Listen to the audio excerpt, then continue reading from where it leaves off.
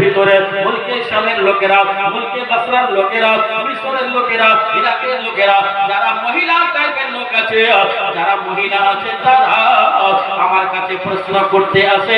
আমি যদি না পারতাম আপনাকে জিজ্ঞাসা করতাম, হুজুর पैगंबरे आजम जिन्नातिन नबी वहीपर संबद्धता नबी तो জাহান মালিক মুক্তার নবী ওগতয়াম নবী আপনি যখন পর্দা করে যাবেন, আপনি যখন ইন্তেকাল করে যাবেন, আপনি যখন দুনিয়া থেকে জাহিরি তৌরের উপর বিদায় দিয়ে নেবেন, ওই টাইমে আমার যদি কেউ প্রশ্ন করে, কেউ যদি জিজ্ঞাসা করে, আমি উত্তর যদি না বুঝতে পারি তাহলে উত্তর কোথায় থেকে দেব? দয়ার নবী বলেন, পয়গম্বরে আজম বলেন, ওগো বিবি আয়েশা শুনো শুনো, প্রশ্নের উত্তর যদি না বুঝতে পারো আমার রওজার কাছে তুমি চলে যাবে, আমি প্রশ্ন করবে, আমি নবীর কবর থেকে উত্তর খানা দিয়ে দেব।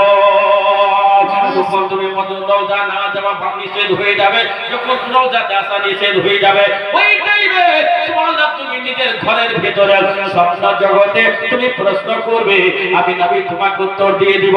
ওগো জননী মা, বিবি হবে সেই রকম, স্বামী হবে কোনার ভেতরে, কিন্তু আজকাল বিবি স্বামীতে সব সময় ঝগড়া, বিবি অন্যদিকে অনলাইনে ব্যস্ত, স্বামী অন্যদিকে অনলাইনে ব্যস্ত, কেউ কাউকে ভালোবাসতে চাই না। মতলবের ভালোবাসা আমাদের মধ্যে চলে গেছে, সুবহানাল্লাহ, মতলব শেষ, ভালোবাসা শেষ হয়ে গেল।